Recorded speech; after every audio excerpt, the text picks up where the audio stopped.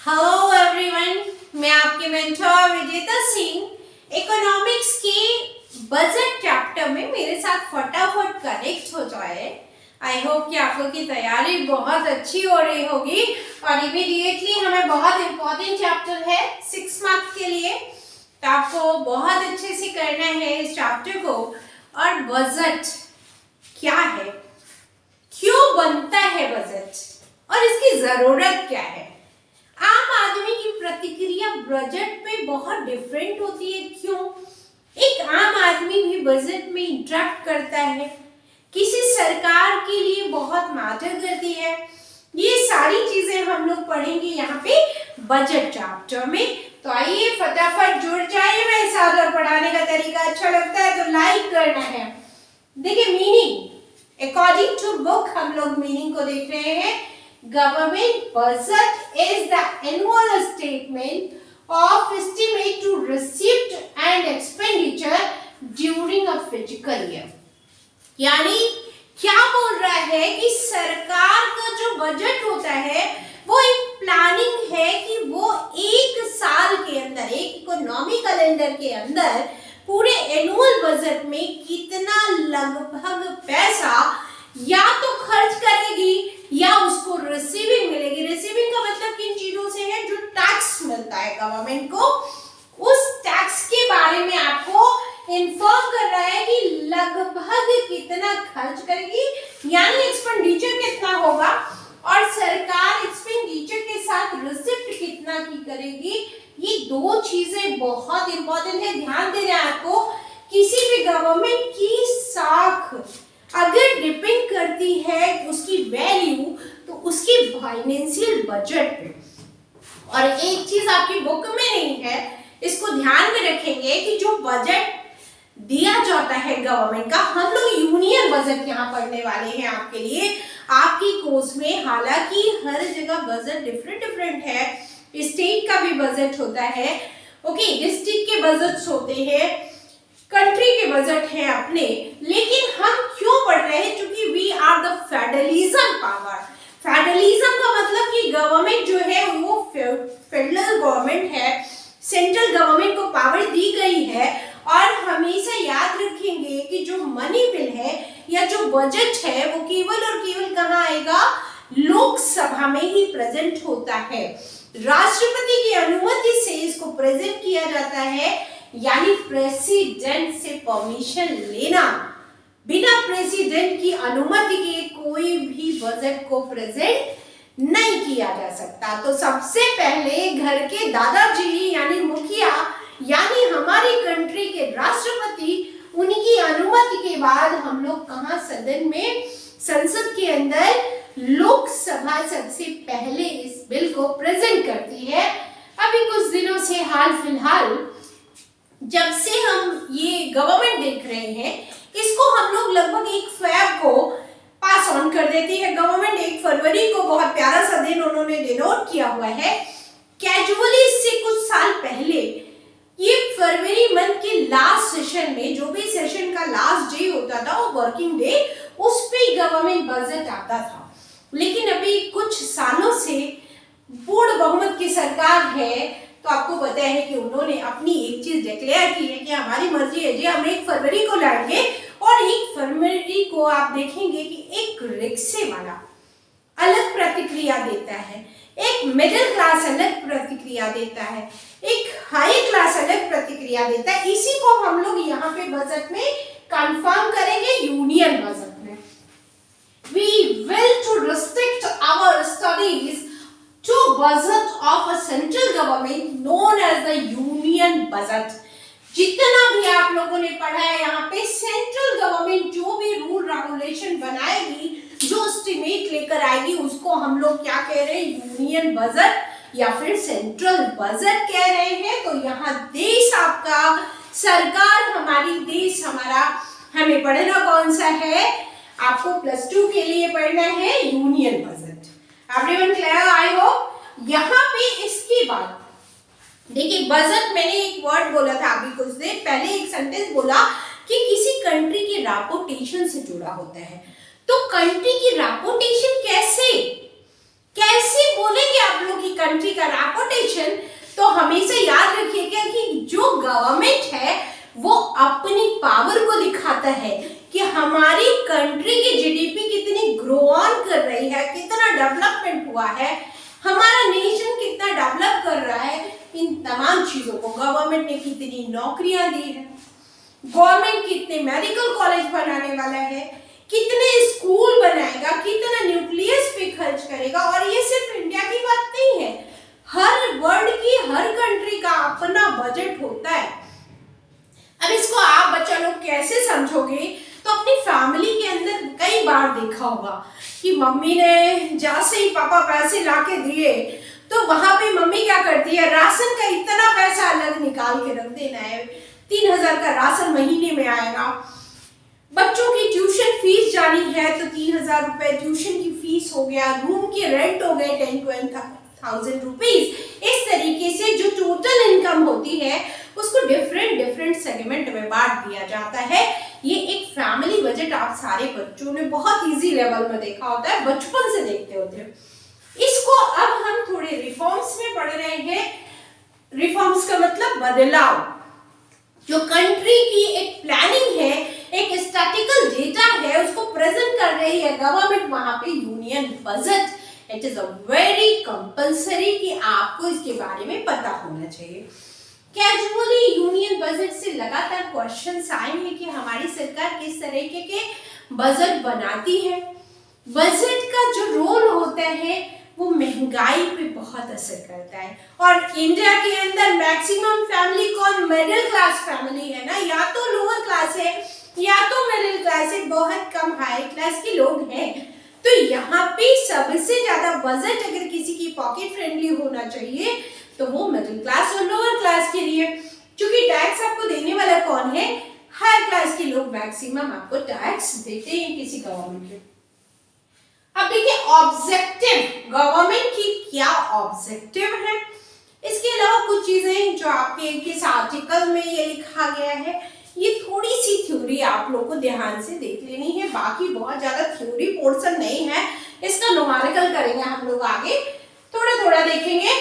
Connect रहिए और अगर अच्छा लग रहा है तो प्लीज लाइक शेयर सब्सक्राइब करते रहे आप लोग चैनल को। काफी मेहनत करती हूँ और यकीन मानिए कि ये वीडियो लेक्चर आपको मेरे स्टूडेंट वो 12 के बच्चे उन्होंने टाइम निकाल के मुझसे रिकॉर्ड करा रहे हैं, तो उनके भी बोर्ड एग्जाम है और लाइवली वो मेरे साथ पढ़ भी रहे हैं क्लास में।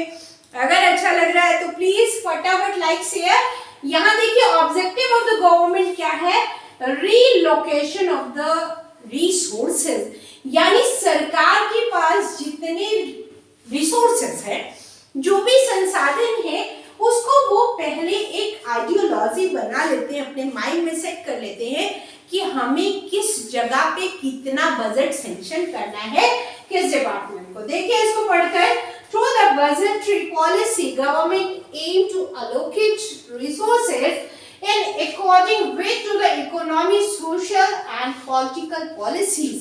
किसी भी कंट्री में सोशल और इकोनॉमिकल पॉलिसी के अकॉर्डिंग गवर्नमेंट अपने बजट को मेक ओवर करती है कि उसे किस सेगमेंट में कितना बजट अलॉट करना है। कैसे समझेंगे, यहाँ पे देखिए रीडिस्ट्रीब्यूशन इनकम एंड वेल्थ। इस पॉइंट में गवर्नमेंट एम एक अपना खुद का एम रखती है to influence the distribution of income by imposing the tax on the rich and spending to more on the welfare of the poor. अभी मैंने आपको इससे पहले बताया था कि कंट्री के अंदर दो तरीके के लोग हमारे ज्यादा हैं, या तो हमारी कंट्री में मिडिल वर्ग है या पुअर वर्ग है। जो वेल्दी लोग हैं, जो अमीर लोग हैं, वो क्या दे रहे हैं सरकार को, टैक्स दे रहे हैं। सबसे ज्यादा टैक्स कौन देता है, अमीरों की पॉकेट से लिया जाता है, तो बजट उनके लिए भी मैटर करेगा। और जो पुअर लोग हैं उनको कहीं ना कहीं क्या अलॉट करती है, सब्सिडी देती है गवर्नमेंट। सब्सिडी क्यों देती है, आप में से बहुत से बच्चे जब नेशनल इनकम कर रहे थे तब भी सब्सिडी में कंफ्यूज हो रहे थे। क्यों कंफ्यूज हो रहे, सब्सिडी का मतलब वो पैसा जो सरकार किसी भी गरीब की पॉकेट पे अतिरिक्त भार ना पड़े उसको कंट्रोल करने के लिए कहीं ना कहीं खुद देती है उसको हम लोग बोलते हैं सब्सिडी। बहुत इजी वे में समझेंगे इसको कि जो घर के अंदर हम लोग के सिलेंडर आते हैं, गैस सिलेंडर इंडिया में, उस पे सब्सिडी मिलती है। पहले इनडायरेक्टली सब्सिडीज मिलती थी, लेकिन बीजेपी गवर्नमेंट ने क्या किया कि सब्सिडी जो आपको गैस सिलेंडर पे प्रोवाइड कर रही है उसको इमीडिएटली उसने आधार कार्ड से जोड़ दिया कि अपने आधार कार्ड को लाइए, हम बिचौलिया साफ कर देंगे। बीच वाले आपका पैसा खा लेते थे, तो हम अब आपके सीधे अकाउंट में दे देंगे। तो वो पैसा आपको जो सब्सिडी मिलती है वो डायरेक्ट आपके अकाउंट पे चली जाती है। हालांकि सिलेंडर कई गुना महंगे हो चुके हैं, ये एक कंट्रोवर्शियल पॉइंट भी है। रीलोकेटेड में आप लोग एक चीज ध्यान रखोगे कि यहाँ पे गवर्नमेंट इस आइडियोलॉजी को लेकर आता है कि हमें एजुकेशन को कितना बजट देना है, हमें एनवायरमेंट इश्यूज पे कितना बजट देना है, हमें हेल्थ पे कितना बजट सेंक्शन करना है।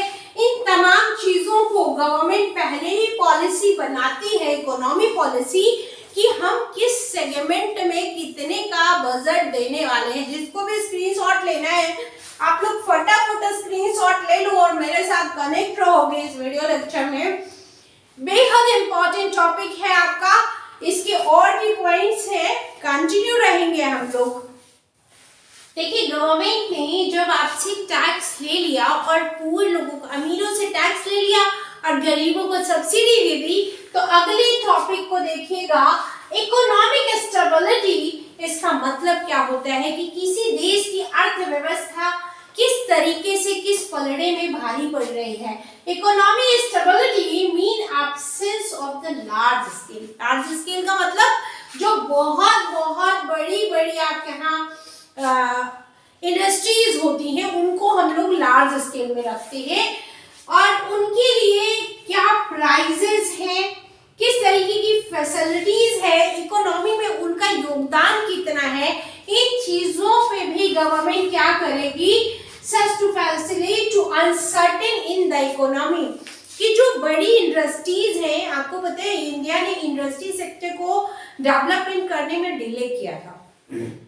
अगर आप इंडियन इकोनॉमी में मेरे साथ पढ़ोगे इस चीज को, तो यहाँ ध्यान रखेंगे आप लोग कि प्राइमरी सेक्टर, चूंकि इंडिया का सबसे बड़ा बैकबोन इंडिया को लगता था, प्राइमरी सेक्टर के लोग हैं, हमारे पास रिसोर्सेज प्राइमरी सेक्टर में है, वो गलती हमने वहां की।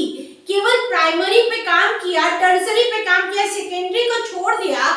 बट लिटरली आप लोग ये ध्यान दो कि अगर आज की डेट में हम कंपेयर करते हैं चाइना से अपने आप को, कि चाइना ज्यादा प्रोग्रेसिव है वर्ल्ड में, तो भैया उसने अपनी सेकेंडरी पॉलिसीज को बड़ा स्ट्रॉन्ग रखा और इंडिया से ये एक मिस्टेक हुई थी कि उसने प्राइमरी सेक्टर पे तो ध्यान दिया था, लेकिन सेकेंडरी को उस समय ध्यान नहीं दिया था। मगर बजट में ये गलती नहीं करती सरकार।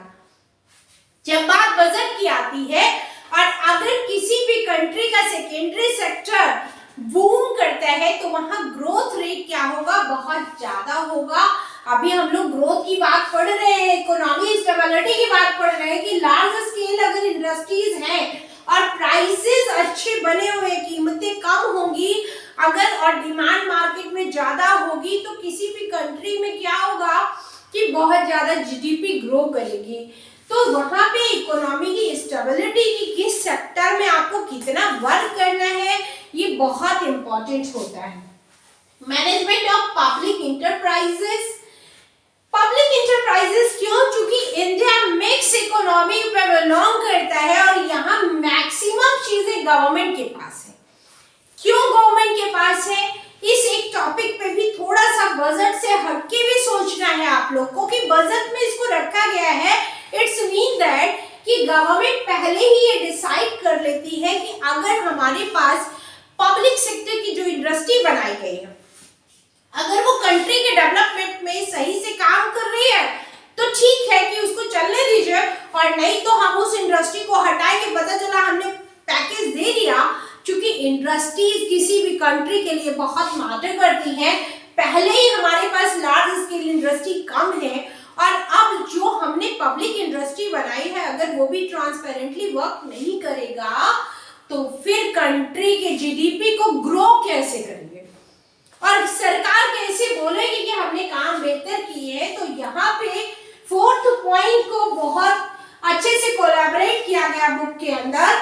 There are the large number of the public sector industries, especially natural monopolies which are to establish and managed for a social welfare of the public। जितनी भी गवर्नमेंट पब्लिक सेक्टर के लिए इंडस्ट्री बना रही है, उन सेक्टर को government क्या करती है, पब्लिक को एक वेलफेयर करने के लिए, कि खाली वेलफेयर नहीं चलेगा, वेलफेयर के साथ साथ वेलफेयर करने के लिए इकोनॉमी में पैसे का आना भी तो जरूरी है। केवल वेलफेयर से कंट्री डेवलपमेंट नहीं हो सकता, जीडीपी नहीं सुधरेगी। तो इसलिए यहाँ पे इस पे भी मैनेजमेंट करना बहुत जरूरी है कि जिसको हमने ये सेक्टर अलॉट किया है वो गवर्नमेंट के लिए काम कर रहा है कि नहीं कर रहा है, इस एक चीज पे ध्यान देना बहुत ज्यादा जरूरी है। नेक्स्ट वन टॉपिक, अच्छा इसके कुछ एग्जांपल ना आप लोग ये देखो कि जब मिक्स इकोनॉमी इंडिया ने लिया था तो उसके पीछे क्या रीजन था, या बजट में इसको रखा क्यों था। तो हमारे पास कैपिटल नहीं थी, उस समय पैसा नहीं था। जब कंट्री के पास पैसा नहीं था तो सरकार जानती थी कि मुनाफा बहुत लेट टाइम पे बहुत कम पैसे निकलेंगे और रिसोर्सेज हमारे पास बहुत लिमिटेड है। चूंकि इंडिया पाकिस्तान डिवाइडेशन हम लोग अभी इंडियन इकोनॉमी में डील करेंगे इसको ब्रीफ में। तो यहाँ पे ये चौथा पॉइंट आपको ध्यान रखना है कि ऐसी जगहों पे भी मैनेज किया जाता है सोशल वेलफेयर और पब्लिक के लिए। अब देखिए बात आ ही गई ना अर्थव्यवस्था के डेवलपमेंट की, इकोनॉमिक ग्रोथ। किसी भी कंट्री के बजट के लिए उसकी छवि यानी कॉलर ऊपर करने की जब भी बात होती है, गवर्नमेंट अपनी कॉलर ऊपर करती है, वहां पे कैसे करेगी कि आपकी गवर्नमेंट ने बहुत अच्छे रेवेन्यू रिसीव किए हैं, कंट्री के लिए डेवलपमेंट किए हैं और उतने ही ज्यादा एक्सपेंडिचर भी किए हैं। तो कैसे economic growth impulse into sustainable increasing the real GDP and economy and increased volume of goods and services produced in an economy। किसी भी इकोनॉमी के अंदर गुड एंड सर्विसेज कितना ज्यादा बड़े पैमाने पे उसका जीडीपी बढ़ रहा है। जीडीपी का मतलब कि ग्रॉस डोमेस्टिक प्रोडक्ट के साथ साथ आपकी वैल्यू, इकोनॉमी की वैल्यू कितनी बढ़ रही है। अगर किसी कंट्री की साख की बात आती है, आज हम लोग सबसे पहले बात किसकी करते हैं, यूएसए से कंपेयर करना चाहते हैं कि वर्ल्ड की नंबर 1 इकोनॉमी है। क्यों, जरा सोचिए तो क्यों, क्योंकि उन्होंने भी तो अपनी पॉलिसीज में जो बजट बनाए उनमें बहुत सारे रिफॉर्म्स करते हैं। उनको कहाँ कितना बजट सैंक्शन अलॉट कर रहा है इकोनॉमी की ग्रोथ। और इकोनॉमिक ग्रोथ की बात हम भी करते हैं कि जब हम गुड एंड सर्विसेज, किसी भी कंट्री में गुड एंड सर्विसेज प्रोड्यूस होता है और उसकी सर्विसेज बहुत ज्यादा बेहतर होती है, तो हम क्या बोलते हैं कि हमारी कंट्री का डेवलपमेंट बहुत तेजी से हो रहा है।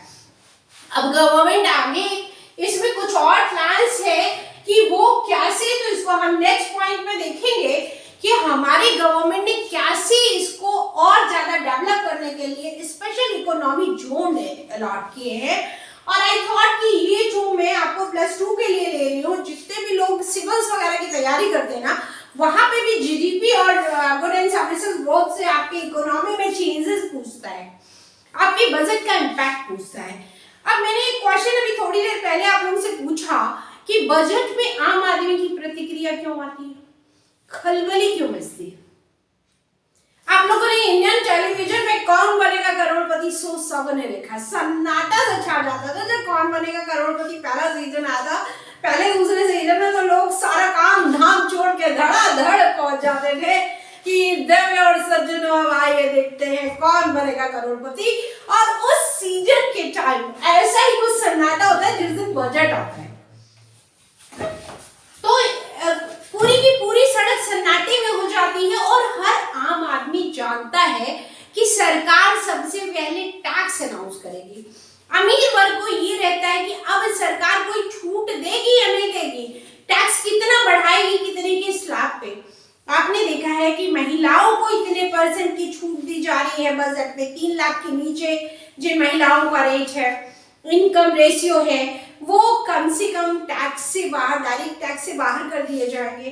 फिर उसके बाद बहुत सारी पॉलिसी कि किन चीजों पे सरकार आपको बजट अलॉट कर रही है और किन चीजों पे वो आपको टैक्स में छूट देगी। इनिशियल गुड कहाँ पे आपको छूट दिया जा रहा है, राशन में कौन सा छूट रहेगा, रोजमर्रा की चीजों पे भी टैक्स लगाया। अभी एक बड़ा मुद्दा उठा था, गवर्नमेंट ने जीएसटी ठोक दिया था राशन पे और इसकी वजह से बहुत ज्यादा लोगों ने गुस्सा दिखाया कि ओ ये क्या, ये तो रोजमर्रा की चीजें हैं और गवर्नमेंट यहाँ भी टैक्स लगा रही है तो कंट्री कैसे डेवलपमेंट करेगी। लेकिन इन चीजों पे कहीं ना कहीं सरकार पहले ही सोच के बैठी होती है कि अभी हमको पैसा कहाँ से लाना है। एक दूसरे शब्द में बोलूं तो सरकार कितना पैसा किसी इकोनॉमी में कमाएगी किससे आपको मिलता है, तो ये पता चलता है उनकी बजट से। बजट एक तरीके से उनकी प्लानिंग है पैसा कमाने की और दूसरा एक्सपेंड करने की, वो कहाँ कहाँ कितना पैसा खर्च करेंगे। तो यहाँ पे जब इकोनॉमिक ग्रोथ की बात हम लोगों ने की कि गुड एंड सर्विसेज कितने प्रोड्यूस किए जाएंगे, जीडीपी में कितना बूम आएगा, इसको हम लोग प्रेजेंट करेंगे अपने इकोनॉमिक ग्रोथ से। और नेक्स्ट वन कि यहाँ पे आपको स्पेशल इकोनॉमी जोन की बात की जा रही है। स्पेशल इकोनॉमी जोन का मतलब गवर्नमेंट ने कुछ ऐसे सेक्टर बनाए हुए हैं। आपने देखा है कि आज की डेट में हम लोग कई कंट्रियों से ग्लोबलाइजेशन के आफ्टर द ग्लोबल इकोनॉमी हम लोगों ने कुछ ऐसे डिपार्टमेंट को चूज किया जहां पे जिस सेक्टर में स्पेशली इंडिया जो है वो कहीं ना कहीं इकोनॉमी को डेवलप कर रहा है और इसी को आपके 6 पॉइंट में बुक के अंदर डील किया गया है कि यहाँ पे कहीं ना कहीं बहुत ज्यादा रिक्वायरमेंट है और इसको भी ध्यान में रखा जाता है।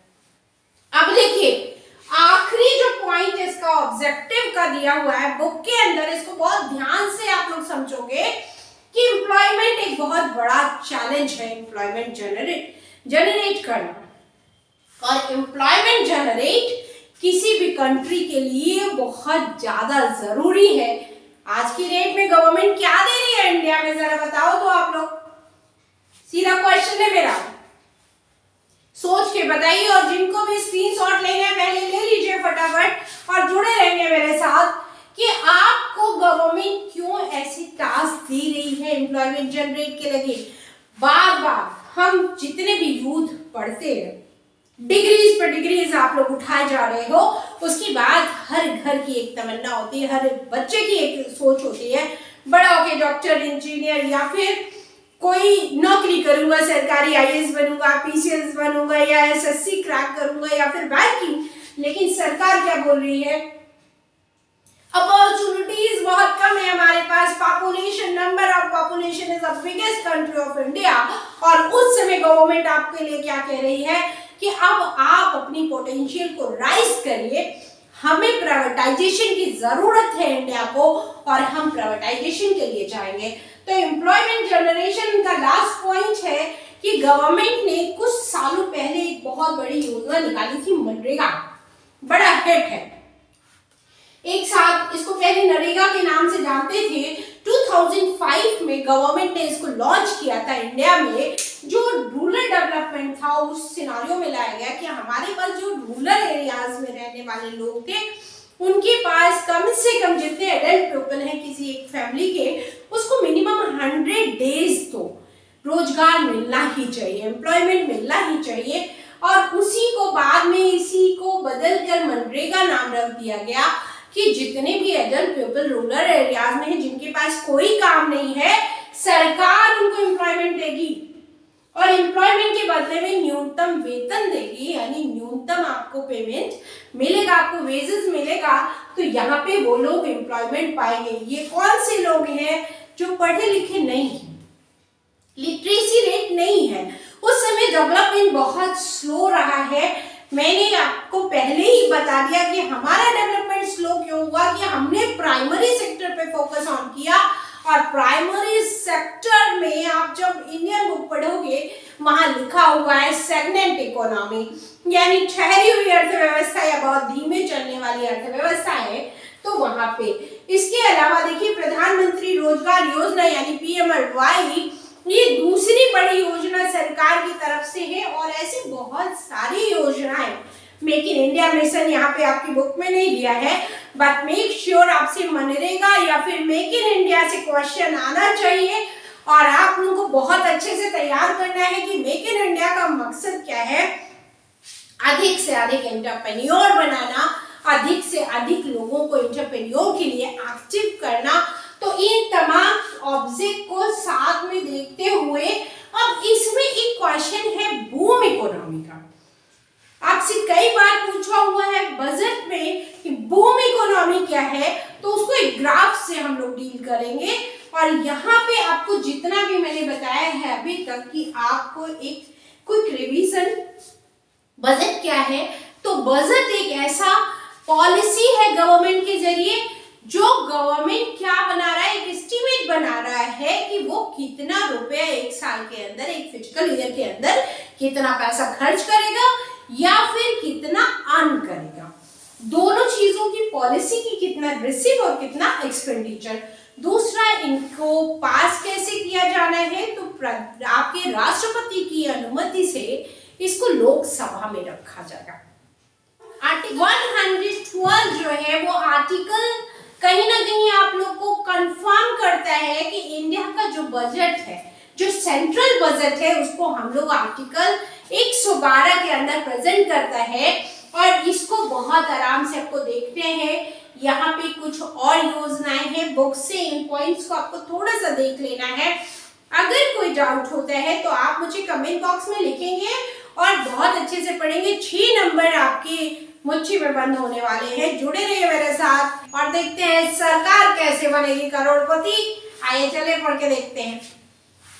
बजट रेसिप्ट, बजट के कंपोनेंट पढ़ने, कंपोनेंट कि सरकार किस तरीके से पैसे या बजट को प्रेजेंट करेगी। ओके, तो इसको 2 सेगमेंट में रखा है, पहला बजट रेसिप्ट और दूसरा बजट एक्सपेंडिचर। बजट रेसिप्ट का मीनिंग क्या होता है कि सरकार को कितना पैसा मिल रहा है, उसको रिसीविंग कितनी हो रही। रिसीविंग कैसे करती है सरकार, तो जो हम लोग टैक्स भरते हैं उस फॉर्म में कितना पैसा सरकार के पास आया, यानी एक तरीके से सरकार की इनकम को डिनोट करता है बजट रिसिप्ट। दूसरी तरफ सरकार किन जगहों पे पैसा खर्च करेगी, गवर्नमेंट कहां कहां और कितना एक्सपेंडिचर करेगी, उसको हम लोग पढ़ेंगे बजट एक्सपेंडिचर में। पहले हम लोग पहले पोर्शन को देख रहे हैं, बजट रिसिप्ट को, बजट एक्सपेंडिचर को बाद में पढ़ेंगे। तो ध्यान से देखिएगा, बजट रिसिप्ट का मतलब मैंने अभी 1 मिनट पहले बोला कि देखिए सरकार कैसे बनेगी करोड़पति। तो आइए मिलकर खेलते हैं कौन बनेगा करोड़पति, यानी सरकार कैसे बनेगी करोड़पति। आइए देखें तो देवी और सज्जनों जुड़ जाइए मेरे साथ फटाफट। रेवेन्यू रिसिप्ट, रेवेन्यू का मतलब जो पैसा सरकार को डायरेक्ट टैक्स की फॉर्म में दिया जा रहा है, यानी सरकार को रिसीव हो रहा है या तो डायरेक्ट या तो इनडायरेक्ट रेवेन्यू के माध्यम से। डायरेक्ट रिसिप्ट का मतलब क्या, टैक्स। टैक्स कौन सा टैक्स, जो हमने इनकम की उसके ऊपर हमने जितने का इनकम टैक्स दिया है, इसको किसी भी कंट्री में क्या बोलते हैं, डायरेक्ट टैक्स बोलते हैं। एक बार और, टैक्स जो हम लोग डायरेक्ट इनकम टैक्स की फॉर्म में आईटीआर भरता है, आम बिजनेसमैन, जितने भी गवर्नमेंट एम्प्लॉइज होते हैं जिनकी सैलरी उस रेशियो से ऊपर है जो गवर्नमेंट ने छूट दी है, वो लोग टैक्स देते हैं। भर भर के पैसा आता है सरकार के पास यहाँ पे, और वो डायरेक्ट टैक्स का पैसा ही होता है जो गवर्नमेंट किसी कंट्री के डेवलपमेंट पे खर्च करती है या अपने एम्प्लॉइज पे लगाएगी। कैसे, तो पहला डायरेक्ट टैक्स है। अब दूसरा क्या है, तो इनडायरेक्ट मतलब डायरेक्ट टैक्स की फॉर्म में जीएसटी है, बेसिक कस्टम ड्यूटी है।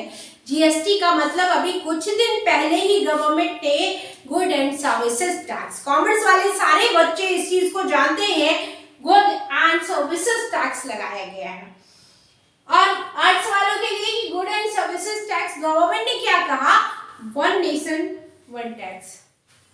देखिए यहाँ पे, यानी इनडायरेक्ट टैक्स की फॉर्म में आपसे क्या लिया जा रहा जीएसटी है और कस्टम ड्यूटीज है, या फिर जीएसटी का मतलब कि हर एक गुड एंड सर्विसेज पे जो भी हम लोग खरीद रहे हैं कंट्री के अंदर, आटा, चावल, दाल, ये मार्कर जो मेरे हाथ में है, इन सब पे कहीं ना कहीं गवर्नमेंट ने क्या लगाया होता है, जीएसटी लगा हुआ होता है। और अभी कुछ दिन पहले आप लोगों ने न्यूज की हेडलाइन देखी थी कि जब गवर्नमेंट ने जीएसटी लगाया तो जो रेस्टोरेंट में हम लोग खाना खा रहे थे उन पर भी क्या हुआ कि जीएसटी लगा दिया, और उस दुकानदार ने क्या किया, उसको डायरेक्टली पब्लिक में लगा दिया कि हमें जीएसटी पड़ रहा है, इसलिए ये जीएसटी का पैसा आप अलग से पे करोगे। तो कहीं ना कहीं जीएसटी का इम्पैक्ट ये हुआ कि जो चीजें, जो सर्विसेज हमें सस्ती मिलती थी, अब उन सब सर्विसेज पे भी हमें एक्स्ट्रा टैक्स देना पड़ा गुड एंड सर्विसेज का, और इसकी वजह से ये कहीं ना कहीं महंगा हुआ। कस्टम ड्यूटीज, जब बॉर्डर पे सामान आता है किसी कंट्री से, एक कंट्री के लिए सामान आता है, तो पोर्ट और कस्टम पे अलग से ड्यूटी टैक्सेस लिए जाते हैं, उनको हम लोग यहाँ रखते हैं। चलिए अब देखिए नॉन टैक्स का मतलब इंटरेस्ट, जो गवर्नमेंट की तरफ से इंटरेस्ट लगाया जा रहा है आपसे किसी भी बोरोइंग पे, उस इंटरेस्ट की बात हो रही।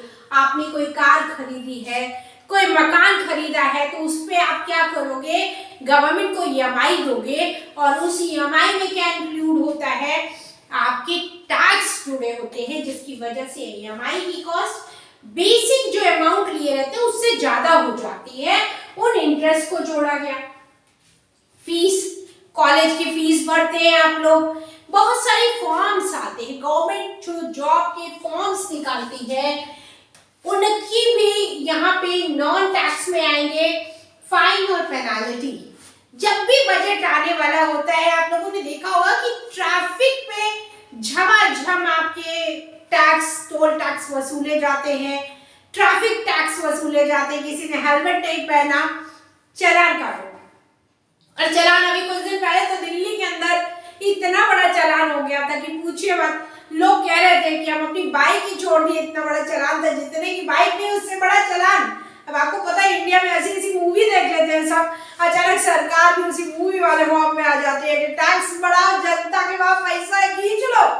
सरकार का बजट कम था, पैसा था नहीं, रिसिप्ट बोल तो दिया कि हम इतने का रेवेन्यू रिसिप्ट लाएंगे, पैसा नहीं है। पैसा नहीं है तो क्या करोगे, टैक्स ठोक दो। कौन देता है टैक्स, जनता दे रही है, तो वहां पे उठाओ, पेनाल्टी लगाओ जितना। भाई ट्रैफिक रूल नहीं मानोगे तो एक्सीडेंट ज्यादा हो रहा है। और आप यंग ब्लड का तो हाल जान ही रहे हो कि बाइक इतना धूम स्टाइल में चलाता है, एकदम धूम धूम धूम, और धड़ाक सामने से कोई आ रहा, एक्सीडेंट हुआ। तो एक्सीडेंट यानी स्पीड ब्रेकर तो लगना चाहिए ना, तो वहां पे आप पे पेनाल्टी लगाई जाती है। और अगर किसी कंट्री में कुछ महंगे गिफ्ट दिए जाते किसी को भी, उन गिफ्ट पे भी आपको पता है कि टैक्स लगते हैं। किसी को ऑडी कार दे दिया, अब आम आदमी है, फरारी और ऑडी से तो चलेगा नहीं।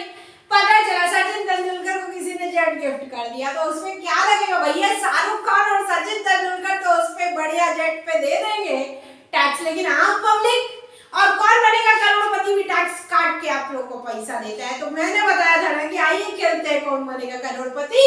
तो करोड़पति का भी पैसा जो 5 करोड़ 7 करोड़ आप देखते हो, उसमें से भी गवर्नमेंट क्या कर रही है, टैक्स काट रही है।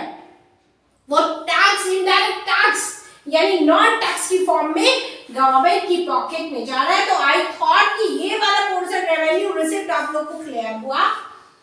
अगर रेवेन्यू रिसिप्ट क्लियर हो गया तो अब हम कैपिटल रिसिप्ट की बात आए।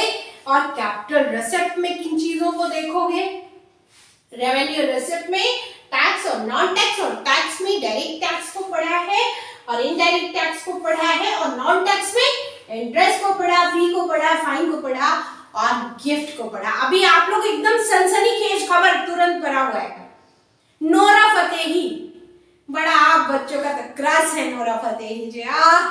क्या बात है, उनके ऊपर भी गिफ्ट हुआ है और उन पे केस चल रहा है। आपको पता है ना कि उनको जांच की जा रही है और पूछा जा रहा है कि कोई आपको इतना बड़ा गिफ्ट दिया और आपने ले लिया वो गिफ्ट, तो उस पे क्या लगा होगा, नॉन टैक्स की। इतना बड़ा गिफ्ट लिया तो पेनाल्टी तो देनी पड़ेगी ना जी। तो दैट्स इट, ये जो मैंने रहना चाहिए नॉन टैक्स लिखने के लिए, इसीलिए मैंने ये एग्जांपल दिया है। Okay, come to the point.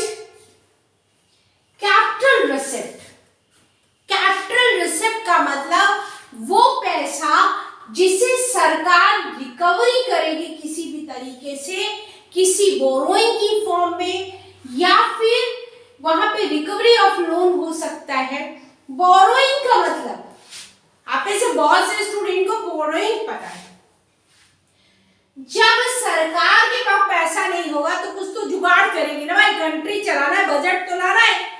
Budget लाना है तो सरकार क्या करेगी कि आईएमएफ के पास, आईएमएफ शॉर्ट टर्म के लिए लोन देता है, याद रखेंगे आप लोग, आईएमएफ इंटरनेशनल इंस्टीट्यूशन है जो शॉर्ट टर्म के लिए लोन देगा, और वर्ल्ड बैंक लॉन्ग टर्म के लिए आप लोग को लोन देगा। तो वहां पे क्या करेगी गवर्नमेंट कि उसको जितना पैसा रेवेन्यू में कम मिला है वो कैपिटल में शिफ्ट करेगा अपने आप को, और इमीडिएटली बोरोइंग करेगा। बोरोइंग क्यों करेगा, इसका भी एक क्वेश्चन आप लोग से है कि सरकार बोरोइंग क्यों करेगी। चलिए माना कि रेवेन्यू रिसिप्ट कम हुआ था, लेकिन सरकार ने बोरोइंग क्यों किया। बोरोइंग का मतलब ही था कि सरकार को देश चलाने के लिए क्या चाहिए भैया, रोकड़ा चाहिए कि नहीं चाहिए। तो रोकड़ा कम था तो वो लाएगा कहां से, कैपिटल रिसिप्ट में वो किसी न किसी से पैसा उधार मांगेगा। उधार नहीं दोगे तो कुछ और जुगाड़ करेगा। जुगाड़ कैसा, ओएनजीसी बेच दिया, और क्या एयर इंडिया बेच दिया सरकार ने, या तो वो लायबिलिटी बढ़ा रहा है कैपिटल रिसिप्ट में, या किसी एसेट को कम कर रहा है। तो अगर एसेट कम कर रहा है तो वहां पर भी उसके ऊपर क्या हो रहा है, यहाँ पे देखिए, यहाँ सरकार पे दबाव आएगा। क्यों दबाव आएगा सरकार पे, बोरोइंग करोगे तो इंटरेस्ट भरना पड़ेगा ना। तो इंटरेस्ट क्या करता है, पैसा एक साथ ले ली किसी से, बहुत बड़ा अमाउंट ले ली, लेकिन इसको भरना कई सालों तक लगातार भरना पड़ता है, और इस पे जो वो बढ़िया वाला इंटरेस्ट लगा देते हैं ना, फिर आपको पता है कि वो कितना भारी पड़ता है। लेना बहुत अच्छा लगता है, देने में वॉट लग जाती है। यही होता है रिकवरी ऑफ लोन।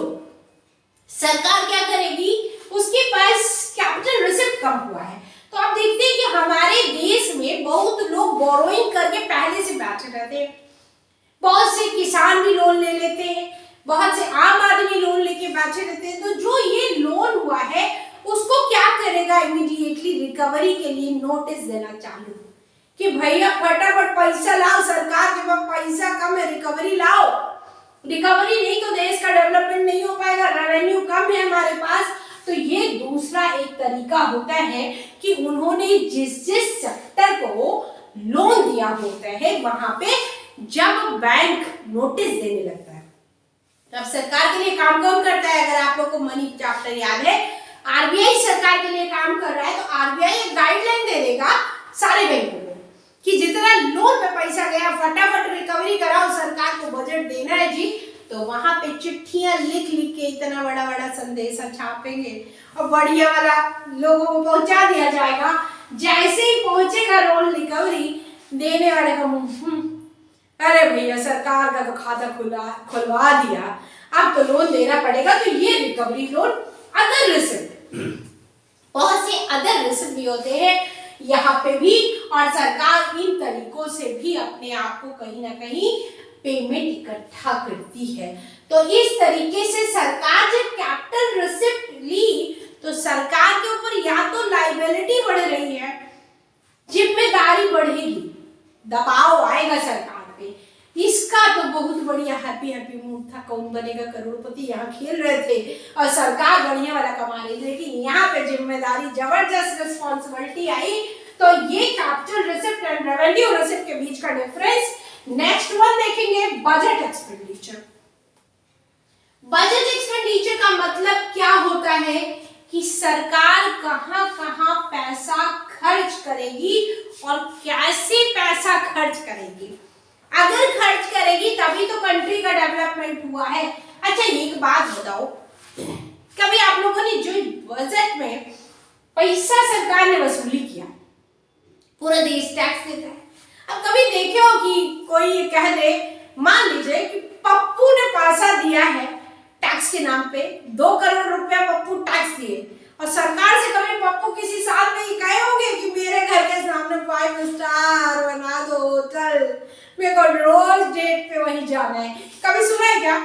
नहीं बोला ना, तो नहीं बोला। इसका मतलब कि जो सरकार को रेवेन्यू मिला है, हम सरकार से कोई आस्किंग नहीं करते हैं, या उसके बदले में सरकार हमको बना के नहीं दे रही है, लेकिन सरकार जो बजट बना रही है उसको कंट्री को ये बताना होता है कि वो कहां कहां पैसे खर्च करेंगे। रेवेन्यू एक्सपेंडिचर, पहला पॉइंट है रेवेन्यू एक्सपेंडिचर में पेमेंट ऑफ द सैलरीज। किसको पेमेंट करेगा? जितने भी गवर्नमेंट एम्प्लॉय हैं जो सरकार के लिए नौकरी करते हैं, बहुत बड़ी बड़ी तैयारी करते हैं। हमने भी किया कॉलर उठा के आईएएस की तैयारी, अगर हो जाते तो आज आप लोग को पढ़ा नहीं रहे होते और इतना मजा नहीं ले रहे होते। तो यहाँ पे जो सरकार के लिए जॉब करने वाले लोग हैं, गवर्नमेंट ऑफिसर्स, गवर्नमेंट एम्प्लॉइज, उनको गवर्नमेंट क्या करेगा? सैलरी देगा। उन सब की सैलरी यहाँ पे आपके रेवेन्यू एक्सपेंडिचर में आएगा। इसके अलावा पेंशन लिखा हुआ है आपकी बुक में। पेंशन में वो पेंशन जो रिटायरमेंट के बाद, किसी भी गवर्नमेंट एम्प्लॉय को रिटायरमेंट के बाद दी जा रही है, ओके, उनकी फंड से जो कटिंग हुई है, जो उन्होंने अपना अपनी सैलरी का जो पैसा हम लोग बचा लेते हैं, पीपीएफ वगैरह कटता है, पेंशन के लिए पैसा कटता है डिपार्टमेंट पे, तो वो वाली पेंशन जो सरकार पेमेंट करती है लोगों को, वो पेंशन यहाँ पे जोड़ी जाएगी। आप बहुत सारे स्टूडेंट यहाँ गलती क्या कर देते हैं कि ओल्ड एज पेंशन है उसको भी जोड़ देते हैं, विधवा पेंशन मिल रही है किसी को तो उसको भी जोड़, उसको नहीं जोड़ना है बाबा। यहाँ पे वो पेंशन जो उसको कैपिटल यानी उसको वेजेस के बाद मिला, उसकी सर्विसेज के बाद मिला है, उसने अपने फंड से बनाया, यानी उसने लेबर एक्सपेंड किया है और अपनी खुद की मेहनत के पैसे को उसे मिल रहा है। थर्ड वन, इंटरेस्ट जो गवर्नमेंट देती है किसी एफडी पे, किसी आरडी पे, या अब तो बहुत सारे प्लान जो गवर्नमेंट के आप लोग पोस्ट ऑफिस वगैरह में देख रहे होंगे कि तमाम किसान विकास पत्र और क्या क्या ना, वो सारा पैसा कहाँ मिलेगा आपको? रेवेन्यू एक्सपेंडिचर में सरकार देती है, रेवेन्यू एक्सपेंडिचर की फॉर्म में। आई होप कि ये वाला पॉइंट भी आपको क्लियर हो गया है।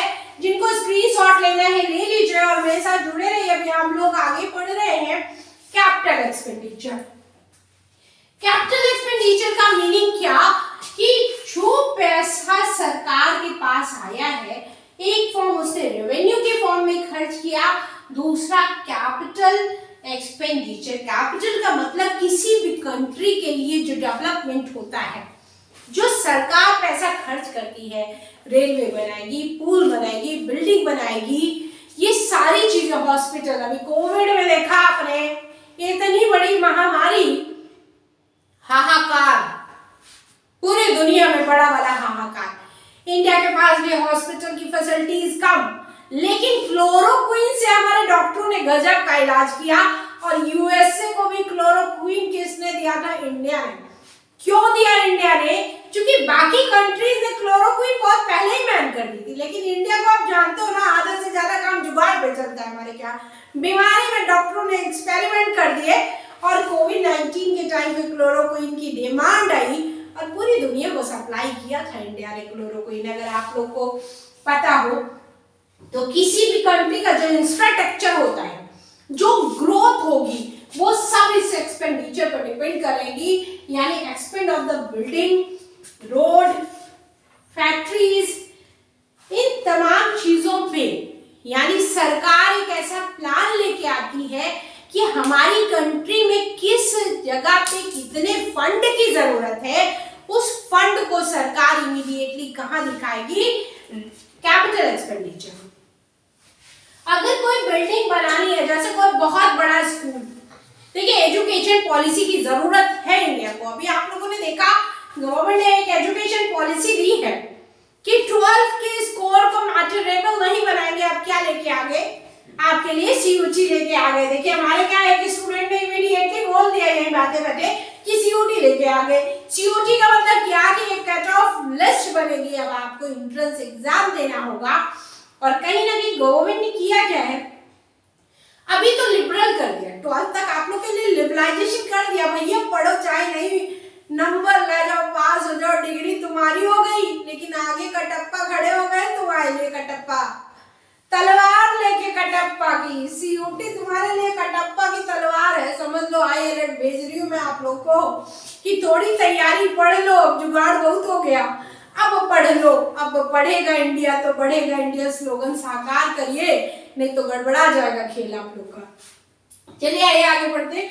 रोड, अभी आपकी जो प्रेजेंट गवर्नमेंट है उसने रोड का एक बहुत बड़ा हाई मैप तैयार किया।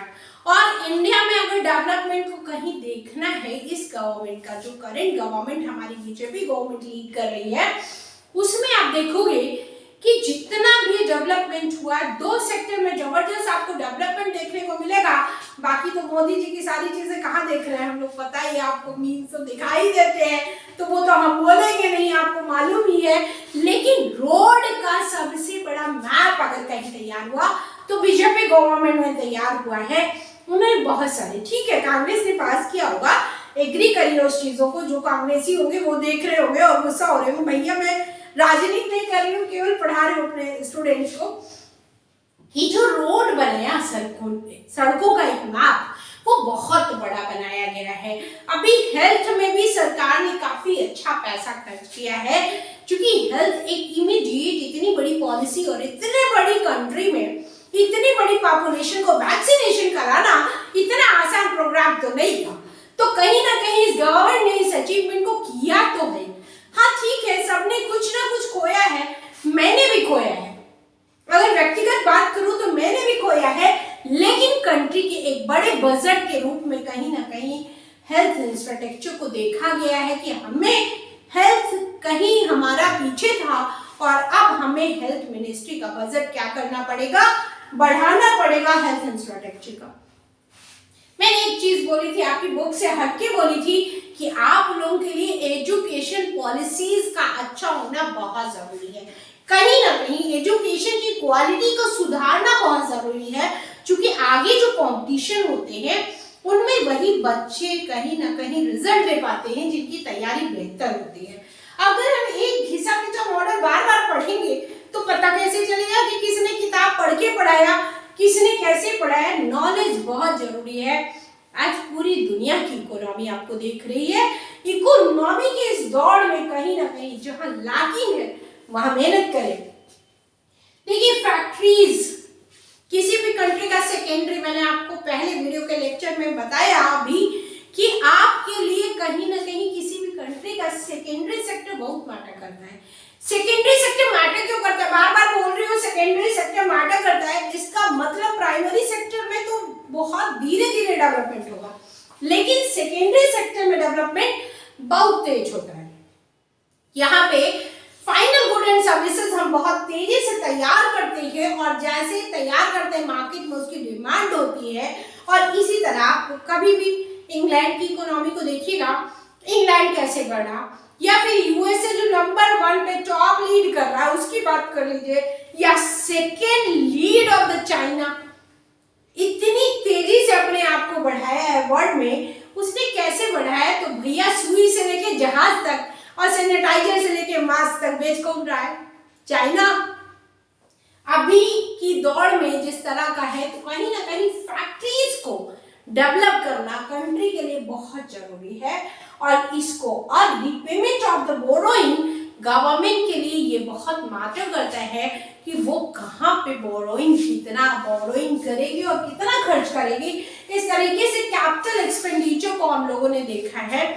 और बजट चैप्टर के थ्योरी पोर्शन के बाद अभी इसके बाद हम लोग इसका न्यूमेरिकल पोर्शन करेंगे। और बहुत ध्यान से आपको यहाँ पे करना है, जहाँ पे आपको कोई भी टॉपिक, सपोज दैट कि कोई टॉपिक में ऐसा लग रहा है कि मैम बजट समझ नहीं आया, तो एक लाइन में बजट की डेफिनेशन याद रखेंगे आप लोग कि बजट एक प्लान है किसी भी कंट्री की गवर्नमेंट के द्वारा दिया गया एक फिजिकल ईयर में वो कितना पैसा किसी भी फिजिकल ईयर में देंगे, किसी भी कैपिटल बजट में कितना एक साल के अंदर पैसा आएगा या दिया जाएगा इकोनॉमी में, और या फिर कमाएगा कैसे और खर्च करेगा कैसे, ये सरकार की प्लानिंग है। तो आई होप कि एवरीथिंग क्लियर। इंपॉर्टेंट चैप्टर है और टिल लाइफ आपको पता होना चाहिए कि आपकी कंट्री का बजट क्या है, क्यों बनता है, कोई गवर्नमेंट इसमें अपनी पॉलिसीज कैसे बना रही है, इनके बारे में पहले पीछे के बजट का दोनों लेक्चर देखेंगे। Then please come on with me. आज हम लोग आगे देखेंगे बट एक क्विक रिव्यू कि हमने क्या पढ़ा। तो बजट क्या है? सबसे पहला क्वेश्चन आपसे कभी भी कोई सड़क चलते हुए पूछ लेता है, व्हाट इज बजट? हम पढ़ कौन सा रहे? Union budget. बजट का मीनिंग गवर्नमेंट, किसी भी कंट्री की गवर्नमेंट एक ऐसा प्लान बनाती है कि स्टैटिस्टिकल डेटा इकट्ठा करती है पूरे साल कि लगभग उसे कितने का इस इकोनॉमिक कैलेंडर में, एक साल के अकाउंटिंग ईयर में उसे कितना अनुमानित लगभग अप्रोक्सीमेटली उसे पैसा खर्च करना है। और जब वो ये बजट बनाती है सरकार, तो उसका मोटो क्या होता है? वो कुछ ऑब्जेक्टिव को माइंड सेट करके बनाते हैं। ऑब्जेक्टिव क्या कि कंट्री में आपको मेन मैंने 4-5 टॉपिक जो आपके बुक में दिए हैं वो मैंने बताया हुआ है, लेकिन यहाँ हम लोग पढ़ने वाले हैं गवर्नमेंट की पॉलिसी क्या है। अब देखिए, गवर्नमेंट के बहुत सारे काम हैं, जो कुछ हमने बैंकिंग में देखा था कि अगर बाजार में महंगाई बढ़ेगी तो गवर्नमेंट उसको कंट्रोल करने का काम कर रहे हैं। इन्फ्लेशन आया तो भी और डिफ्लेशन आया तो भी गवर्नमेंट, लेकिन बजट भी उसको कंट्रोल करने में हेल्प कर रहा है। और उनकी पॉइंट्स कि अगर गवर्नमेंट ने कोई भी पब्लिक सेक्टर की कंपनी बनाई, अब पब्लिक सेक्टर के लिए वो कंपनी सही से काम नहीं करे, गवर्नमेंट उसको अलग से बजट दे रही है और वो गवर्नमेंट के लिए काम ही ठीक से नहीं कर रही है, जनता परेशान है, तो फिर वो क्या करेगी? गवर्नमेंट उसको प्राइवेटाइज में कन्वर्ट कर देगी। इसके अलावा कि राष्ट्रपति की अनुमति के बगैर वो कभी भी बिल नहीं बनता है। मनी बिल हमेशा बजट जो होता है उसको लोकसभा में ही रखते हैं। हालांकि लोकसभा को ऐसे हम लोग बोलते हैं कि छोटा निम्न सदन है, लेकिन लोकसभा पावरफुल ज्यादा है। क्यों? क्योंकि उसके पास मनी बिल की अथॉरिटी होती है। अब यहाँ पे हम लोगों को पढ़ना है कि बजट कितने टाइप के हैं और गवर्नमेंट कैसे जो है वो बजट बनाएगी कि आने वाला जो करंट ईयर है उसमें क्या क्या आपके ऊपर बजट का क्या फायदा है, क्या नुकसान है। आम पब्लिक क्यों चाहती है कि बजट में सब्सिडी गवर्नमेंट लेके आए? क्योंकि मैंने आपको बताया था कि चाइना के बाद सेकेंड लार्जेस्ट पॉपुलेशन इंडिया है, तो यहाँ फिर कौन लोग रहते हैं? या तो मिडिल वर्ग है या लोअर वर्ग है। बहुत कम ऐसे अमीर हैं जिनके पास, उन अमीरों के पास, यानी अगर हम लोग एक क्राइटेरिया बांटते हैं rich, poor and middle class का, तो वहां पे आप लोग देखते हो कोई हायर इकोनॉमी में बहुत कम लोग हैं, लेकिन मैक्सिमम रिसोर्सेज उनके हाथों में है। 70% लोगों का पैसा उन 10% लोगों के हाथ में है जो अमीरों की कैटेगरी में आते हैं। मध्य वर्ग दोनों साइड से पिसता होता है और गरीब हर दिन सरकार की तरफ देखता होता है कि प्लीज कुछ तो मदद करिए। उसके लिए सब्सिडी और तमाम सारी जो मैंने योजनाएं आप लोग को बताई है कि गवर्नमेंट इस तरीके से चाहती है, वो जो रेवेन्यू कलेक्ट कर रही है उस रेवेन्यू को कहीं ना कहीं कंट्री के इंफ्रास्ट्रक्चर के लिए खर्च करना है। कभी भी किसी भी तरीके से, अगर अभी कोविड-19 में प्रैक्टिकली समझोगे आप लोग कि कोविड-19 में क्या हुआ, यहाँ मेरे साथ कनेक्ट होइए। आगे मैं वीडियो में बीच में आपको बाकी डिटेल्स बताती रहूंगी। हम पढ़ने जा रहे हैं type of budget. Union budget में टाइप ऑफ बजट, किस टाइप के बजट रखे गए और क्यों। पहला, बैलेंस बजट अपने आप को डिफाइन कर रहा है। बैलेंस का मतलब जितने एक्सपेंडिचर हुआ, जितना खर्च किया उतना गवर्नमेंट ने कमा लिया, यानी जितने की रिसिप्ट मिली उतने का एक्सपेंडिचर हुआ। तो यहाँ पर इसका फॉर्मूला क्या बना है, एक्सपेंडिचर इक्वल्स टू रिसिप्ट। जितना गवर्नमेंट के पास रेवेन्यू आया है, गवर्नमेंट ने उतना ही पैसा अपनी कंट्री के, अपने नेशनल डेवलपमेंट पे खर्च किया है, चाहे वो एम्प्लॉइज की सैलरी देनी है, चाहे वो आपको कैपिटल इन्वेस्टमेंट करना है, कुछ भी। तो बैलेंस बजट पहला टाइप। ओके, नेक्स्ट वन देखेंगे सरप्लस बजट। सरप्लस का मतलब सबको पता है, सरप्लस का मतलब क्या, कि गवर्नमेंट के पास एक्सपेंडिचर लेस हो गया, कम हो गया, खर्चा कम, और रिसिप्ट क्या हुई, ज्यादा हो गई। अब जब खर्चा कम हो रहा है, रिसिप्ट ज्यादा हो रही है, तो गवर्नमेंट के पास भर भर के पैसा आ गया ना, गवर्नमेंट के पास बहुत ज्यादा पैसा हो गया। इस कंडीशन में इसको बोलेंगे हम लोग surplus budget. I hope clear. Next one, deficit budget. यहाँ पे क्या हो रहा है, यहाँ पे इसका जस्ट अपोजिट, एक्सपेंडिचर बहुत ज्यादा है, लेकिन रिसीविंग क्या हुई, रेवेन्यू बहुत कम आया है कंट्री का।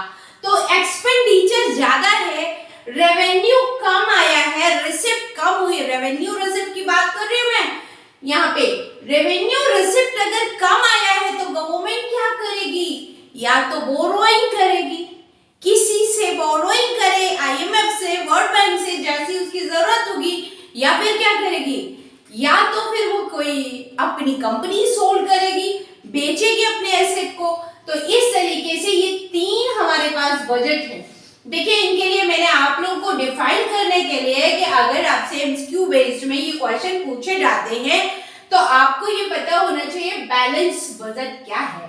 Government budget is a said to be balance budget if estimate government receipts are equal to the estimated government expenditure। अगर किसी भी गवर्नमेंट का एक्सपेंडिचर जो था, जो एस्टिमेट उसने बनाया था बजट के अंदर, अगर उसके एक्सपेंडिचर और उसकी रिसिप्ट बिल्कुल इक्वल है तो उसको क्या बोलोगे आप लोग, उसको बोलोगे बैलेंस बजट। दूसरा देखिए डेफिसिट। डेफिसिट का मतलब क्या, घाटा। इस एक वर्ड में ही पूरा का पूरा डेफिसिट डिफाइन है कि वो घाटे की बात कर रहे हैं। घाटा कौन सा भैया, रेवेन्यू वाला घाटा ना। रेवेन्यू मिला कम है, खर्चा बहुत ज्यादा है। अभी कोविड में सबने देखा है ये हाल, ठीक है। तो आप लोग के लिए तो करंट एग्जांपल जो आप बच्चों ने देखा वो हमने बहुत बाद में देखा। आपने बहुत छोटी एज में ये सब देख लिया। तो आप देखो कि अचानक कोविड आया, शट डाउन हो गई पूरी इकोनॉमी। जब शट डाउन हुई इकोनॉमी तो क्या हुआ, ना स्कूल चले, ना फीस आई, ना चालान कटे, ना नौकरियों पे लोग गए नहीं, लेकिन उनको क्या हुआ, गवर्नमेंट ने पैसा दिया कि नहीं दिया। तो दैट्स इट कि इस क्राइसिस के टाइम पे कहीं ना कहीं रेवेन्यू रिसिप्ट कम हो जाती है, लेकिन एक्सपेंडिचर बहुत ज्यादा बढ़ जाते हैं। आम आदमी जो रोज कमा के खा रहा था, सरकार से क्या बोल रहा है, हेल्प करो जी। रिक्शा वाला अलग बोल रहा है, टीचर्स अलग बोल रहे हैं, गवर्नमेंट वर्कर को चाहिए ही चाहिए पेमेंट। तो वहां पे क्या होगा, रेवेन्यू रिसिप्ट कम हुई। जितने भी इनकम के सोर्स ऑफ इनकम के क्राइटेरिया थे वो क्लोज थे। जब इनकम के क्राइटेरिया क्लोज हो गए तो गवर्नमेंट के पास इनकम, रेवेन्यू तो आएगा ही नहीं। तो यहाँ पे क्या हुआ, देखेंगे आप लोग deficit. If the estimate government receipt are less than the estimated government expenditure, then the budget is termed as to deficit budget। यहाँ पे क्या बोल रहा है कि जब सरकार के पास रेवेन्यू बहुत कम आया है, रेवेन्यू रिसिप्ट बहुत कम हुई और सरकार को खर्चा बहुत ज्यादा करना पड़ा है, तो फिर यहाँ पे हम लोगों को क्या दिखाई दे रहा है, डेफिसिट बजट। यानी सरकार को रेवेन्यू नहीं मिलने की वजह से घाटा हुआ है। दूसरा, थर्ड वन देखेंगे, surplus. If estimated government receipt are more than estimated government expenditure, then the budget is estimated as to surplus। यहाँ पे रिसिप्ट भर भर के आ गई, पैसा खूब आया कंट्री के पास। गवर्नमेंट के पास कोई खड़ा ही नहीं है कि हमें कुछ नहीं चाहिए, गवर्नमेंट टैक्स ले, हमारे पास खूब सारा पैसा हो गया और गवर्नमेंट कुछ भी करने की जरूरत बोलते हैं अब लोगों के हाथ में पैसा है तो लोग क्या करेंगे, अपने आप को डेवलप करेंगे, वहां पे बहुत ज्यादा इनकम हुई, रिसीविंग ज्यादा हो गई और आपके पास खर्चा कम हो गया, इसको हम लोग बोल रहे हैं। आई होप कि ये वाला पोर्शन आपको बिल्कुल अच्छे से कवर हो गया। अगर कवर हो गया तो क्वेश्चन आपके हाथ से जाना नहीं चाहिए, बहुत कैजुअली रेयर आपसे पूछा जाता है, बट अगर पूछता है तो आपको पता होना चाहिए। अब देखिए इंडिया की गवर्नमेंट हमेशा कौन सा बजट लेके आती है, जरा बताइए तो, बैलेंस बजट। बैलेंस बजट क्यों लेके आती है, एक इस क्यों का जवाब आपको ढूंढना है कि बैलेंस बजट गवर्नमेंट क्यों लेके आती है, कि हमने जितना रेवेन्यू आया हमने उतना ही एक्सपेंडिचर किया है अपनी इकोनॉमी में। उसके पीछे बहुत बड़ा रीजन होता है, मैंने आपको बताया था कि ये जो एस्टीमेट बनाती है गवर्नमेंट, कहीं ना कहीं किसी भी कंट्री के, एक तो फ्यूचर प्लानिंग कि सरकार किस तरह कहां पे कितना डेवलपमेंट करना चाहती है, दूसरा कंट्री के रेपुटेशन से जुड़ता है, कंट्री के लोग कैसे हैं, वहां जीडीपी कैसा है, वहां के नेशनल इनकम कैसी है, ये तमाम चीजों के लिए बजट बहुत मैटर करेगी। और मैंने आप लोग से बोला था कि आप जितने भी स्टूडेंट ये वीडियो लेक्चर देख रहे हैं, सबसे पहले आपको अपनी तैयारी के बेस्ट पार्ट शुरू कर दे रहे हैं कि एग्जाम हमेशा आपकी फिंगर टिप पे होने चाहिए क्वेश्चंस। आप प्रैक्टिस करेंगे तो डेफिनेट हो जाएगा। गवर्नमेंट, अभी मैंने एक टॉपिक मुझसे छोटा सा छूट गया था, बूम और डिफ्लेशन, कि इकोनॉमी अगर बूम है तो क्या दिखाता है और डिफ्लेशन में है तो क्या दिखाता है, तो उसको हम लोग आज कवर अप करेंगे। यहाँ पे देखिए अब डेफिसिट बजट, ये वाला हिस्सा आपका क्लियर। अब हम लोग का न्यूमेरिकल पार्ट यहाँ से स्टार्ट होता है। तो deficit is a very trick, आपके दिमाग में ये सच होना चाहिए, जहां से डेफिसिट आप वर्ड को देखोगे इसका मतलब क्या कि सरकार को भैया घाटा लग गया, कहीं ना कहीं तो सरकार को घाटा लग गया। और जब घाटा लगा तो सरकार क्या करेगी, जितने भी साम दाम दंड भेद सरकार के पास होंगे वो सब का सब लागू कर देगी मार्केट पे। क्या हमें तो कहीं से भी टैक्स लाना है, अगर डायरेक्ट टैक्स नहीं आया तो इनडायरेक्ट टैक्स ले लो, अगर रेवेन्यू रिसिप्ट नहीं आई तो कैपिटल रिसिप्ट ले लो, लेकिन लेना तो पड़ेगा, कंट्री चलाना है तो लेना तो पड़ेगा। तो यहाँ पे डेफिसिट ऑफ बजट, इसको भी हम लोगों ने 3 टाइप में रखा है। फिंगर टिप पे होना चाहिए आप लोग के कि डेफिसिट को भी गवर्नमेंट ने 3 टाइप में लिया हुआ है। कौन से 3 टाइप है? Revenue deficit. रेवेन्यू डेफिसिट का मतलब कि revenue expenditure minus revenue receipt, जितना आपके पास रेवेन्यू एक्सपेंडिचर आया उसमें से आपको रेवेन्यू रिसिप्ट को घटा देना है, आपको मिल जाएगा कि सरकार का रेवेन्यू में कितने का घाटा हुआ। रेवेन्यू का मतलब जो डायरेक्ट टैक्स गवर्नमेंट को मिल रहा है, याद रखेंगे, जो डायरेक्ट टैक्स गवर्नमेंट को मिल रहा है वो कितने का घाटा हुआ है। अगर सरकार को रेवेन्यू एक्सपेंडिचर दिखाना है कि उसको घाटा कितने का है, तो जितनी का रिसिप्ट हुआ है, revenue expenditure minus revenue receipt, अभी हम लोग न्यूमेरिकल करेंगे, वहां पे क्लियर हो जाएगा आपको कि डेफिसिट। देखिए यहाँ क्या बोल रहा है, revenue deficit it refer to the expenditure over the revenue receipt during the given a fiscal year. क्या बोल रहा है आप लोग को कि एक साल के अंदर सरकार को जितना एक अनुमानित आंकड़ा था कि मुझे लगभग इतना रेवेन्यू अपनी इकोनॉमी में मिलने वाला है, उतना मिला नहीं है, उससे बहुत कम मिला है। उससे कम मिला, इसका मतलब सरकार के पास उसको गवर्नमेंट जॉब करने वाले लोगों को पेमेंट ज्यादा करनी पड़ी, उसके पास जितने भी लोग डिपेंड थे, पेंशनर थे, उनको पैसा ज्यादा देना पड़ा, कंट्री के डेवलपमेंट पे ज्यादा खर्च करना पड़ा, लेकिन उतना पैसा उसको रेवेन्यू की फॉर्म में नहीं मिला। नहीं मिला तो क्या करेगा सरकार, क्या करेगा सर सोचिए, रेवेन्यू रिसिप्ट कम हो गया, सरकार क्या करेगा, उसके पास ऑप्शन एक ही है, वो टैक्स को बढ़ा देंगे, आने वाले बजट में टैक्स को बढ़ा देंगे। मैंने बोला था आम आदमी प्रक्रिया देता है, जब भी बजट बिल पेश होगा वहां पे आम आदमी डायरेक्ट इंटरप्ट करता है कि ओ हार्ट बीट एकदम तेज, कौन बनेगा करोड़पति स्टाइल में, आज कुछ नहीं, आज तो बजट आने वाला है। समझ बजट कुछ नहीं आ रहा है, और आप बच्चा लोग भी इस बार का बजट देखेंगे जरूर, समझ वाले नहीं आएगा, लेकिन वहां पे मैडम कुछ बोलती है स्पीकर के सामने, उसको सुनिएगा। अनुराग जी बगल में बैठ के पिछले बजट में ट्रांसलेट कर रहे थे, तो आप लोग सुनिए जरूर, भले ना समझ आए, लेकिन यकीन मानिए अगर आप ध्यान से सुनते हैं तो एक बार नहीं, दो बार नहीं, लेकिन तीसरी बार आपको थोड़े थोड़े समझ आने लगता है।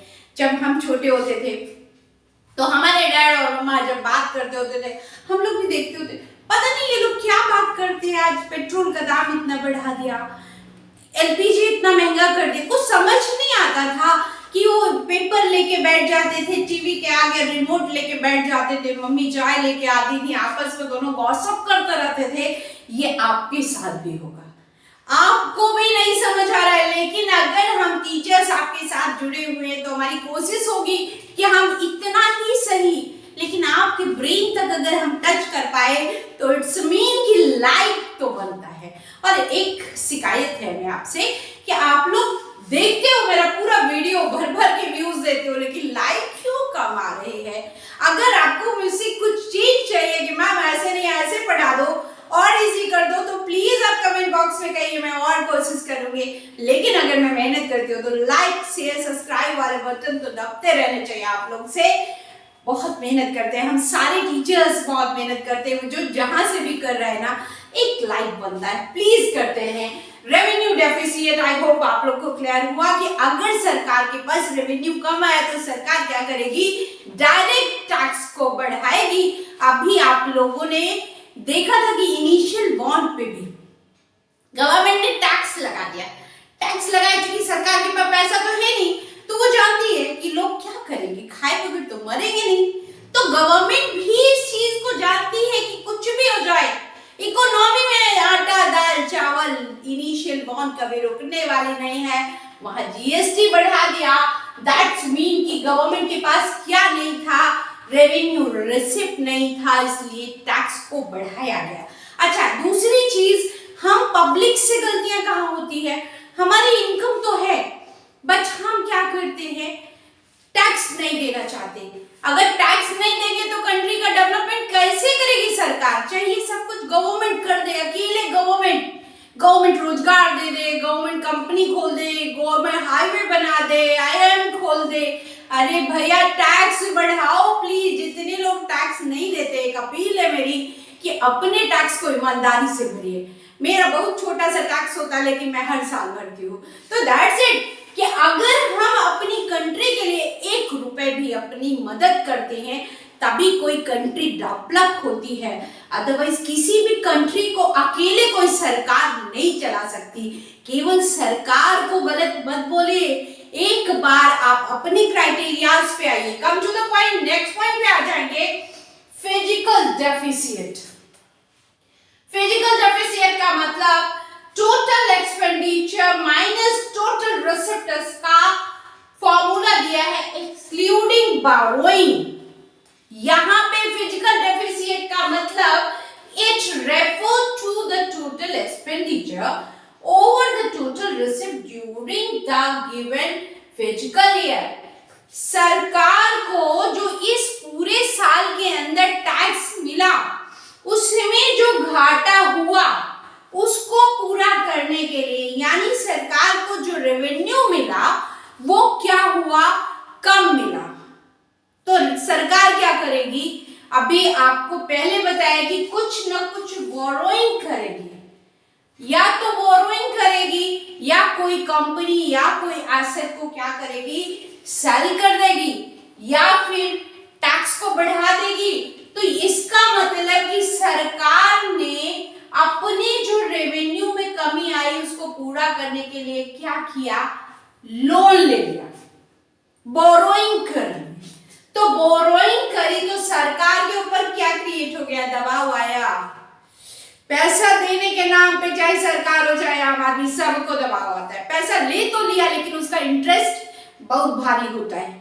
आप एक छोटी सी ना स्कूटर खरीद लेते हो तो सर में दर्द होता है, तो सरकार तो इतनी बड़ी बोरोइंग करती है, उस पे कितनी बड़ी लाइबिलिटी होगी। अगर वो अपनी एक कंपनी बेचती है तो उसको पता है कि मैंने एक चीज को सोल्ड कर दिया है, कंट्री ने बनाया था, कंट्री के लिए बनाया था, कंट्री के टैक्स के पैसे से बनाया था, अभी रेलवे बेचा गया है। मेरे को भी ये चीज बहुत कहीं ना कहीं दुख पहुंचाती है कि जो पैसा आपको एक कंट्री की पॉपुलेशन दे रही है टैक्स की फॉर्म में, उसी कंट्री के डेवलपमेंट को फॉर बेटर करना चाहिए। हर जगह अगर प्राइवेटाइजेशन होता है तो इसका मतलब या तो कैपिटल इकोनॉमी की तरफ हम बढ़ रहे हैं, क्योंकि इंडिया क्या है, एलआईटी बेस्ड टेक्निक है, लेबर इंस्टीट्यूट टेक्नोलॉजी रही है हमारे पास, लेबर कहाँ जाएंगे। अगर बेरोजगारी एक्सपेंडिचर इसी तरीके से खर्चे बढ़ते रहे तो अनएम्प्लॉयमेंट बढ़ेगा। तो वहां पे कहीं ना कहीं गौर करने वाली चीज है। यहाँ पे क्या हुआ कि सरकार के ऊपर उसने या तो अपने कोई एसेट बेच दिए या किसी भी तरह की उस पर लायबिलिटी बढ़ गई। अब इसको हम लोग जब अभी न्यूमेरिकल में करेंगे ना तो देखिएगा ट्रिक है भैया, 4 नंबर आपके नहीं हुए तो मत लाइक करिएगा, और अगर आपको 4 नंबर के लिए तैयार कर दिया तो लाइक का बटन दबाना जरूर है प्लीज। प्राइमरी डेफिसिट का एकदम सीधा ट्रिक कि जितना घाटा हुआ था सरकार को, सरकार ने उसको पूरा करने के लिए क्या किया, एक साल में जो बोरोइंग करी है उस बोरोइंग का जो इंटरेस्ट अगले साल भर रहे हैं। जो बोरोइंग हुई वही क्या कहलाता है, बहुत इजी वे में उस बोरोइंग को हम लोग बोलते हैं प्राइमरी डेफिसिट। देखिए मैं आपके लिए पढ़ रही हूँ और यही आपके आंसर होते हैं। It refer to the difference between fiscal deficit, किसके बीच में, fiscal deficit, to the current year and to interest payment on the previous year borrowing. यानी करंट ईयर के अंदर सरकार ने इसका इंटरेस्ट चुकता किया और उसको पिछली साल का जो बोरोइंग किया था उसका जो इंटरेस्ट, उस बोरोइंग का जो इंटरेस्ट सरकार भर रही है उसको क्या बोला हम लोगों ने, प्राइमरी डेफिसिट। एक और बार समझेंगे। आई थॉट कि आप कंफ्यूज हो तो वो कंफ्यूजन नहीं होनी चाहिए। सरकार ने फिजिकल डेफिसिट में मैंने क्या बताया कि सरकार को रेवेन्यू कम मिला था तो उसके लिए सरकार किसके पास गई, उसने बोरोइंग कर ली, और जो बोरोइंग की तो बोरोइंग पे इंटरेस्ट देगी ना सरकार। एक साल ली है, इस साल ली है, अगली साल भी उसका टैक्स जाएगा, तो जो वो इंटरेस्ट जाएगा, जो इंटरेस्ट गवर्नमेंट दे रही है उस इंटरेस्ट को हम लोग क्या कह रहे हैं, प्राइमरी डेफिसिट। यानी सरकार कह रही है कि इस बार हमारा कोई घाटा इस साल में नहीं हुआ, करंट ईयर जो हमने पिछली साल बोरोइंग की थी उसका जो इंटरेस्ट भरा है उसको बोला है प्राइमरी डेफिसिट। देखिए primary deficit, fiscal deficit minus interest, trick है, फिजिकल डेफिसिट माइनस इंटरेस्ट। अब देखिए कैसे आपसे न्यूमेरिकल सॉल्व होता है, और आप लोग एक बार स्क्रीनशॉट ले लीजिए और मेरी पूरे सारे वीडियोस अगर आप लोग देख रहे हैं और आपको एक भी जगह पे कहीं डाउट होता है तो प्लीज आप मुझे कमेंट में लिखिए।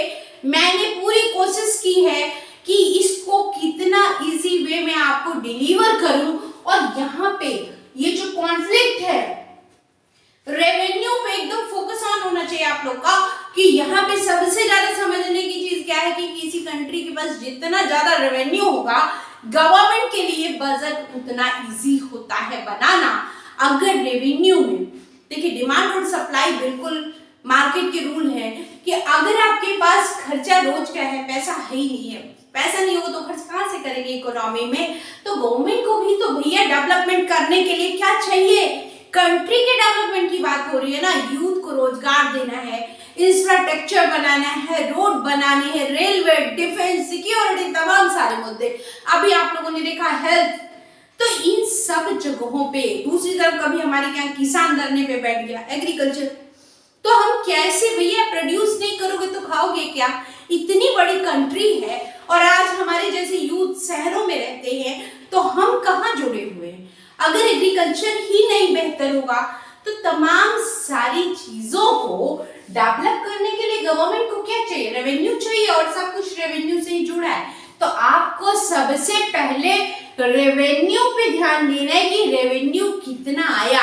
अगर रिसिप्ट कम हुई है, खर्चा ज्यादा हुआ है, तो गवर्नमेंट पहले उसको बराबर करेगा कि पैसा किसी से मांगोगे, चुराओगे थोड़े, कभी चुराओगे। घर से लेके निकले आप 100 रुपया और सामान लेने पहुंच गए, अब नीतीश बाबू की गर्लफ्रेंड रास्ते मिल जाती, कहती झुमका दिलाओ।